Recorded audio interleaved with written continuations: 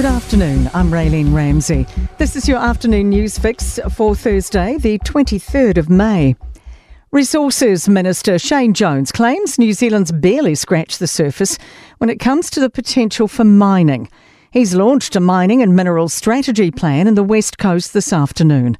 Here's political editor Jason Walls. Jones has made no secret of his desire to open up more land for mining, and his new plan is to do exactly that. Implementing the fast-tracked RMA legislation will allow for the scaling up of gold and coal extraction operations, and there will be a new, more targeted focus on refinement in a bid to add value. And Jones had a clear message to the mining sector today: New Zealand is once again open to doing business.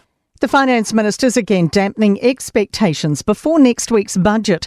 Addressing the Employers and Manufacturers Association in Auckland this afternoon, Nicola Willis has warned the government faces a structural deficit. That's government spending exceeding tax revenue. And she says it's projected to continue unless there are significant spending reforms. Nicola Willis says it's about $6 billion a year. And that is not sustainable in the long term, as it requires continual borrowing to cover expenses, leading to a never-ending debt spiral. A person's in hospital with serious injuries after an altercation near Dunedin's bus hub at Great King Street just after 3. Police say a second person's in custody. A health expert is concerned about bird flu and another wave of COVID-19. Modellers are predicting another bump in COVID cases and hospitalisations from so-called flirt variants.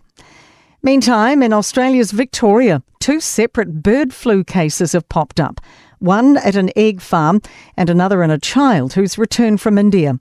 Otago University Public Health Professor Michael Baker says the current strain of bird flu is quite powerful. Getting potentially better adapted for transmission to humans. Now, there's still a few barriers to it being transmitted person to person, but it is certainly something that we need to keep watching very closely.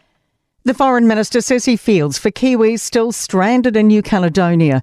France's government hasn't okayed another flight today, so the Defence Force couldn't pick up any more people to bring home. President Emmanuel Macron arrived today as civil unrest continues over electoral changes. Winston Peters says the Defence Force is ready to go, but the decision is out of his control. Well, having made plans from the word go to act when we could, the frustrating part is not being able to have the decision on the ground there that enables us to do what we want to do, get our people out of there. Demolitions began at a North Auckland golf course hit by 2 fires over 3 days. Gulf Harbour Country Club's golf shop and main complex were badly damaged. Auckland Council gave the all clear to demolish both for safety reasons. Ward Demolition says only parts of the building are going. And in sport, outgoing Breakers coach Mody Maor regrets failing to add to the franchise's 4 Australian Basketball League titles. He's been granted a release to join Japanese B-League side Nagasaki. The Dallas Mavericks have edged the Minnesota Timberwolves away 108-105, taking a 1-0 lead in the NBA's Western Conference Finals. And Crusaders CEO Colin Mansbridge admits they should have been better prepared ahead of the press conference, which saw coach Rob Penny refer to a journalist in a derogatory manner. I'm Raylene Ramsey. That is your latest news fix. We'll be back with the next update tomorrow morning from the Newstalk ZB newsroom.